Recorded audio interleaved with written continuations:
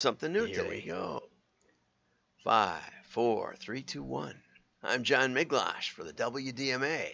We're going to be talking about the sustainability of mail today and other things. But before we do, I learned something new today. I learned about Hardcort smoked bacon. I think this is a brand new product. Let's see. Here you go. This is Northern Hard Maple.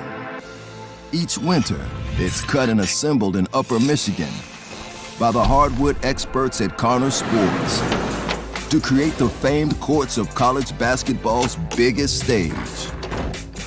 This year, the ends of that elite court wood will meet fire to create a new March phenomenon. Hardcourt smoked, Hormel Black Label bacon. Thick cut strips, smoked over the very hardwood this year's tournament will be played on. It's a rare achievement. Two masters of craft coming together for a delicious union of taste and competition. And it's yours for the winning. Taste the glory of the tournament like never before. Enter for a chance to win at hardcourt.blacklabelbacon.com. Okay, that's it for that. What an idea. What a deal. I had never, would I have ever never thought of this? No, I would never have thought of it. I mean, that is so interesting that how this came about, I'd really like to know. Upper Michigan is basically Wisconsin, for those of you who don't know. They somehow got the map wrong, and instead of giving Wisconsin the whole banana, they lopped off a piece of the top of Wisconsin. So, those people, they know, I mean, they root for the Packers. Who would root for the Lions?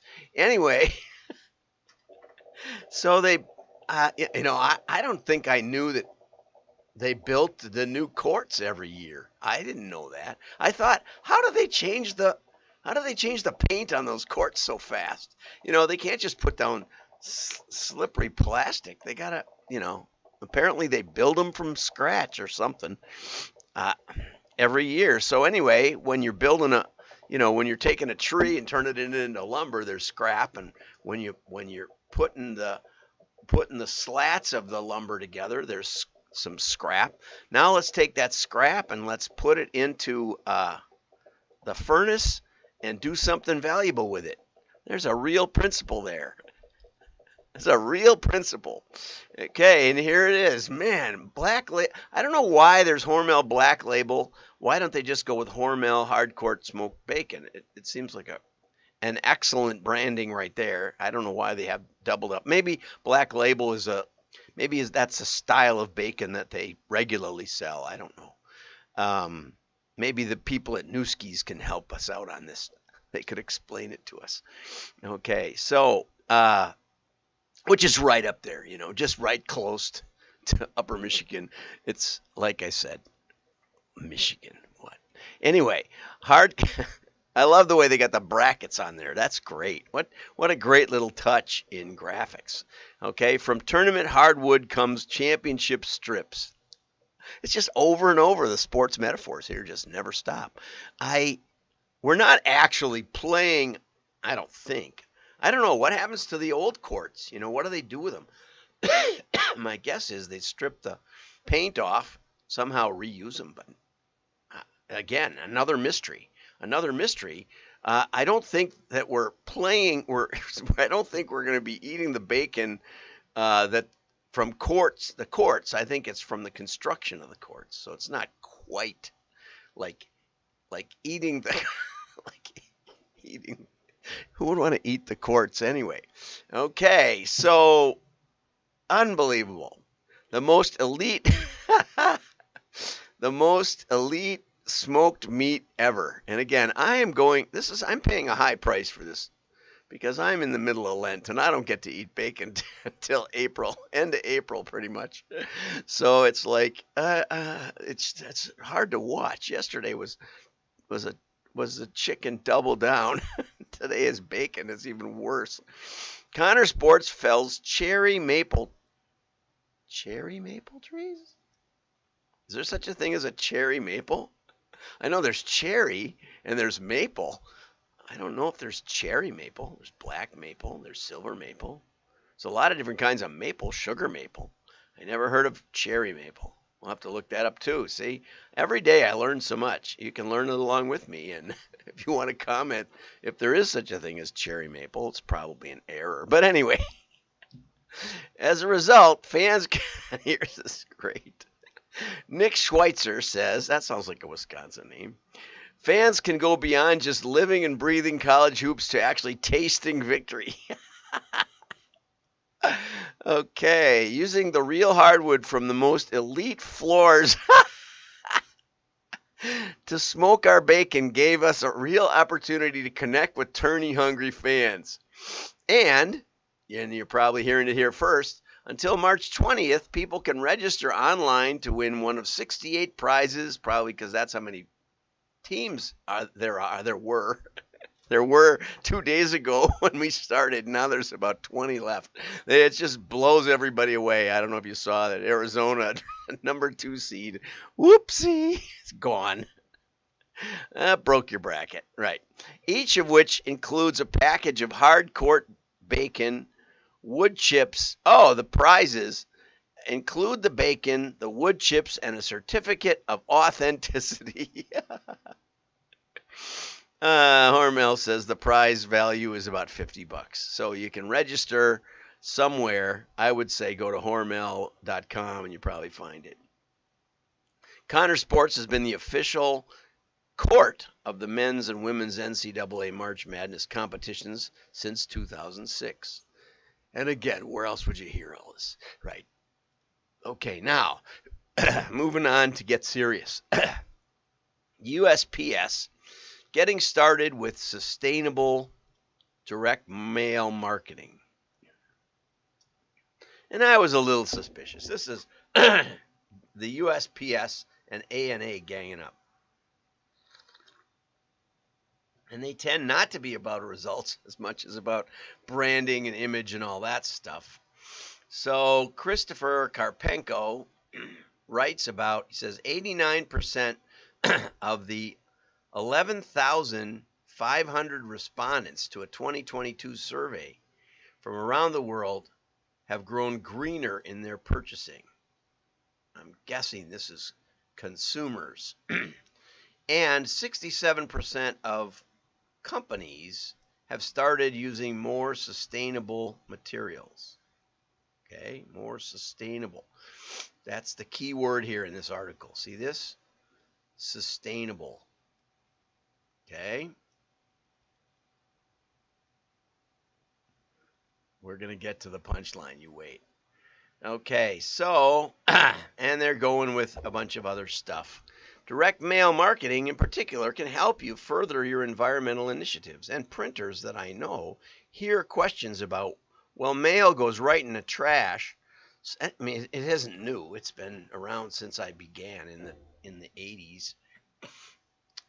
And really, I worked at a printing company in the 70s. So it's been around. The question is, why should I print stuff that's just going to go in the trash? You know, and then the internet came along and it's like, oh, this is so much cleaner.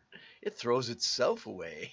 Yeah, and if nobody sees it, it's just pure burning up coal. Just FYI. So you got the alternative of burning coal for your digital advertising, which is basically what's going on, or gas. Could be coal, could be gas. I think that comprises about half our energy comes from coal, and about another 30%, I think 25% comes from natural gas. So, you know, you're basically burning coal and gas. Same thing with your EV. Oh, it's so environmental. No, it's got like 20 rare earth metals in the car. Now, Tesla says they're going to be able to, with their new version 4 battery, be able to get that down to like three rare earth materials. So that's really going to be great, I guess. I mean, it'll get there, but you're just burning coal. So that's what I say to friends who have electric cars. A coal car. How cool is that? Anyway, so direct mail, according to Christopher, wasn't it? Let's see. Yeah, Christopher. According to Christopher, direct mail is a is a greener alternative to digital only or digital heavy campaigns. And he focuses on a report by the Drum. The typical online ad campaign emits about 5.4 tons of carbon dioxide. And if you were with me a couple of weeks ago, I had a nice conversation with Steve Falk, who actually hired somebody to kind of figure out where the touch points, where's the energy use in direct mail. And so we'll talk about that in a second. Steve, I hope you chime in. And so now from a postal service perspective, you want streamlined mailing lists. We never want to waste mail. We never want to mail it to people who don't want to receive it. I once got a Christmas card from Uline. I think, no, it was from Lab Safety. And they had in Lab Safety at the time was mailing out these eugenically thick catalogs, mostly to people who didn't care about that much about safety. And they sent me a Christmas card. We were doing a little bit of work for them, and it had a whole stack of Lab Safety catalogs like that a little old lady was using, a little tiny short lady was using to water her plants, and said something about how our catalog is appreciated. Yeah, well, that's a use anyway. But we've never wanted to waste mailings, especially since it costs $1 a piece. When you look at digital, it's really a real contrast to that. People think it's like going out free. Email is free, digital ads are free. No, it's not free, and it does burn energy. Okay, remember, we already learned coal and gas powers your digital, which is partly why Google and Microsoft and Amazon have moved a lot of their server farms, to Canada and places where there's lower energy costs, because those babies do heat up a lot. Okay, so scrub your lists, clean that up. Even the smallest lists can be address corrected nowadays. There's companies, and if you don't know them, just give me a call. We send them to one in Wisconsin, just down the way. It's totally automated. You drop your list in there, boom, boom, and it sends it back all cleaned up. So you want to reduce unnecessary waste. That seems a little redundant to me. You want to reduce the waste, because waste is waste, okay? And now this is where the wheels kind of come off. You also want to ensure you're sending the right marketing message to the right people. I don't really know a way to do that on the front end. I mean, you can speculate about it. I've made a lot of money for people, showing them where there were right people in the wrong people mixed in, and if they would have changed the message, they would have had a whole new market. I've also found people mailing the right message to the right people, but with just one ingredient missing, like they didn't like their music. They were selling music, and they were sending it to people of the right demographic and the right profile and the right interest group and the right education level, but who didn't know their music. And so we fixed that for them. Okay. Why even put this stuff in anyway? So then Christopher gets into the recycled, lightweight, chemical-free, wood pulp-free paper. And that's where I really take issue with it. Wood pulp-free paper. Okay, what's more sustainable than trees? There's more trees in America now than there was at the turn of the century. For heaven's sakes. We're good at planting trees. Trees grow, they suck CO2 out of the air, and guess what? When you make paper out of a tree, Steve Falk pointed this out, it's not like you're burning it. The carbon's still sequestered in the paper. And that paper, can be turned into cardboard and stuff. Mostly cardboard comes from pre-consumer waste, I have to say. Those rolls of paper that didn't get turned into a mailing piece, those go in the recycle bin. And but at worst, we bury it, and that sequesters CO2. So if you're anti-CO2, which is another question we're going to touch on just a second, okay? If you're anti-CO2, then paper is about as good as it gets, right? It's completely sustainable. And here's where we got to be really careful, because paper is trees are a sustainable resource.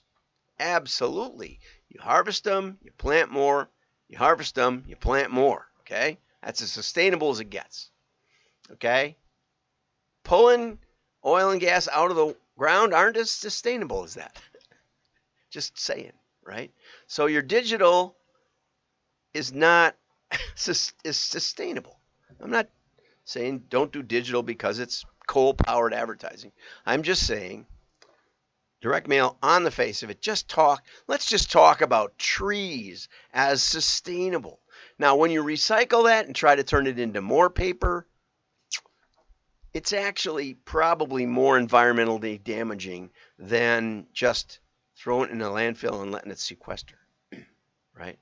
But what Steve pointed out in his study, he found that what really is the non-sustainable part of whether it is or isn't, we have hundreds of years of known reserves of oil and gas. Just saying. Okay, hundreds of years. So by then we'll get nuclear completely figured out. It's pretty much completely figured out now, except for the lunatics who layer layers of regulations on it. If you take some of that away and just say, well, put up the latest technology, it solves the whole problem. The regulations are a dinosaur that should be modified at least. But anyway, so if we get on the right track with that, certainly before a couple of hundred years of our reserves are even dented, we're fine, okay? But anyway, Steve says the inks, the coatings, the snazzy paper, it's just trucking around the weight is what uses up the oil and gas for direct mail, okay? Using envelopes without plastic windows. All this stuff is just window dressing. It's greenwashing. It's a bunch of bunk. Okay, but let's get over to the real issue here. The real issue, this is a NASA. You've heard of NASA? Right? It's the space guys. Okay, and they happen to look from space, and they compared pictures from 2015-ish to pictures from the 1980s. And guess what they found? They found that, this is from an international team of 32 authors from 24 institutions in 8 countries. Okay? As you can tell, I pretty much had it up to here with the CO2 haters. Okay? Let's get right. Okay, this graph shows you where the Earth is greener now than it was back in the 80s. Okay? And it's pretty much everywhere, pretty much all the land. And the red parts, where it's really a lot greener, are often in deserts. There's another article that I could bring up about how the Sahara has shrunk by 8%. And 8% is the size of Germany and France put together. 700,000 square kilometers. The Sahara Desert has shrunk.